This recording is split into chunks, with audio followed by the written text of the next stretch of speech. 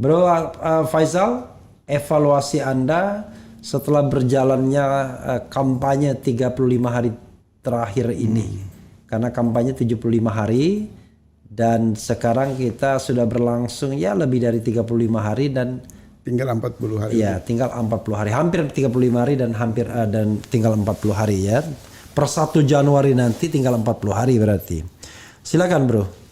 Ya, saya kira hampir semua media dan media sosial kan melaporkan secara rinci dari kubu Prabowo, kubu Ganjar, kubu Anies ya kan. Semua saling berkompetisi secara ketat. Tetapi tidak ada yang berubah.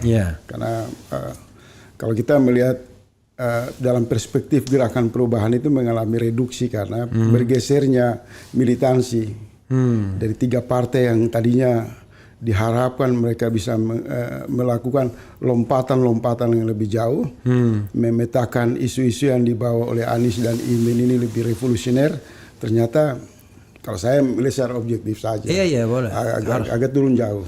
Agak turun jauh.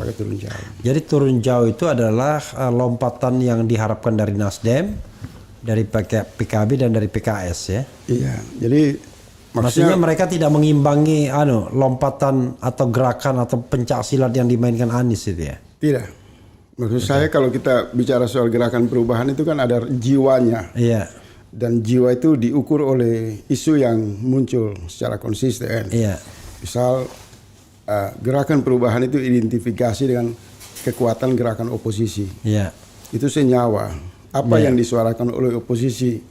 Makzulkan Jokowi, penjarakan Jokowi, tangkap Jokowi, adili Jokowi, lawan utang internasional, ya kan, lawan oligarki. Nah isu-isu ini kemudian berpindah ke dalam konsolidasi Anies Imin ini menjadi isu yang lebih dianggap elegan. Bahkan terlihat kalau tokoh-tokoh gerakan yang oposisi itu, tokoh-tokoh kritis, itu kan mereka bicara lepas-lepas kan sesuai dengan harapan rakyat. Tapi kalau ketiga berpindah ke perilaku karakter kepemimpinan Pak Anies ini cenderung lebih soft, lebih lembut. Memang tajam dalam beberapa pernyataan Pak Anies itu, misal mengatakan negara dikuasai oleh mafia, tapi itu kan tidak dirinci secara lebih dalam sehingga isu-isu itu bergeser menjadi parsial, lokal, sektoral dan lain-lain.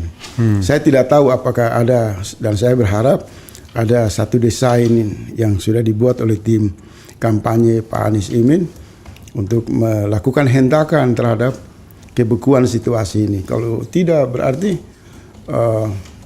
orang kemudian makin berkesimpulan Prabowo akan masuk putaran kedua dan sangat berpeluang untuk bisa melakukan satu rekayasa atau peluang politik untuk satu putaran. Terlebih kita lihat kubu Ganjar ini kan sudah semakin turun jauh kan, terus suaranya makin turun diikuti tidak adanya agresif dari kubu Amin, maka satu putaran itu bisa terjadi. Oke, ini hal yang menarik ya. Ini kita bicara konstelasi terakhir ya. Jadi konstelasi terakhirnya adalah pertama, kubu 01 Anda anggap let's say dalam tanda kutip stagnan. Jadi dia justru tidak memainkan isu perubahan yang lebih radikal. Progresif. Sementara di sisi lain Ganjar sepertinya sudah kehilangan sudah kehilangan isu mau ngapain. Maju kena, mundur kena. Dilematis. Mau nyerang Jokowi ternyata tidak simpati orang karena dia part of the regime ya sebenarnya. Tapi kalau dia mendukung Jokowi ya jelas-jelas dia dikhianati. Nah, ini dimanfaatkan betul oleh Prabowo. Jadi limpahan keraguan terhadap Ganjar itu bukan dimainkan atau dimenangkan Anies Baswedan, tetapi justru menjadi lipat gandaan peluang bagi Prabowo Subianto ya. Oke, itu konstelasi itu yang Anda baca terakhir ini. Tidak, saya justru berbeda. Oke, silakan. Saya tidak mau berada pada satu pandangan yang meremehkan kubu PDIP maupun Ganjar Pak Mahfud. Oke. Kalau menurut saya mereka justru mengunci Prabowo dan Pak Amin dengan memberikan positioning seolah-olah dilema. Dia tidak dukung Jokowi dan dia juga tidak menyerang karena dia ingin melihat peluang. Kalau Prabowo mengusung isu-isu yang mendukung Jokowi itu, konstruksinya seperti apa dan daya dukung publiknya seperti apa. Kemudian dia juga kelompok PDIP juga mengamati kalau kubu Amin tidak segera melakukan konsolidasi, mengambil peluang pengentalan terhadap gerakan oposisi untuk mengoreksi kekuasaan Jokowi sebagai sumber kekuatan Prabowo, maka kelompok PDIP akan keluar pada waktu yang tepat. Dalam beberapa tulisan saya itu saya mengingatkan bahwa ada upaya dari PDIP yang terkenal sebagai penyerang kekuasaan, karena pengalaman mereka pernah menjadi oposisi militan, mereka menunggu saja situasi, dan di panggung belakang itu kan terjadi komunikasi yang intensif antara para tokoh-tokoh oposisi dengan PDIP. Ada kesamaan pandangan di sana terbangun. Para tokoh-tokoh oposisi maksudnya di luar Anies maksud Anda? Tokoh oposisi kan banyak. Yang kita tidak perlu untuk menyebutkan namanya. Iya, maksudnya di luar tim Anies, di luar timnas. Iya pasti.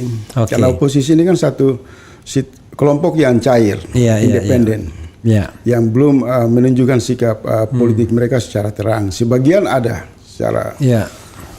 Kelompok-kelompok oposisi yang masih terus bergerilya itu bertemu di panggung belakang, mencoba menyamakan persepsi dengan PDIP. Dan kalau itu sampai terjadi masuk pada pengentalan orbit, kemudian kubu Amin terlambat mengambil peluang itu, maka PDIP bisa melihat celah itu untuk mengambil satu ledakan politik, mengambil situasi, dan mereka berhadapan dengan rejim Jokowi. Misalnya ya, ledakan politik yang potensial diambil PDIP itu misalnya mempelopori pemakzulan terhadap Jokowi misalnya. Kalau menarik menteri-menterinya dari kabinet. Instrumen itu kan banyak tersedia. Sudah terbaca di ruang publik. Dan tentu mereka punya kiat-kiat.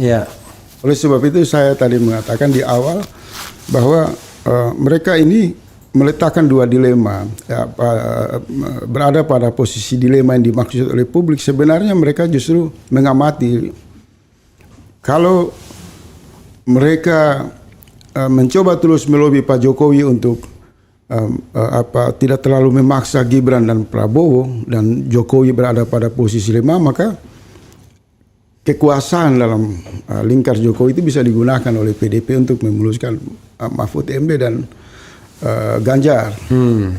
Tapi kalau Jokowi terus ngotot dan situasinya menimbulkan keresahan di akar rumput dari pendukung-pendukung Jokowi yang semakin muncul ini kan, maka situasi itu bisa dimanfaatkan oleh mereka,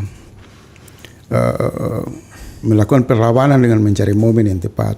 Nah, kalau kondisi formasi ini sudah berjalan, di belakang panggung ada kan komunikasi antara jejaring oposisi, kelompok kritis dengan kelompok-kelompok lingkaran Ibu Megawati, PDIP dan lain-lain.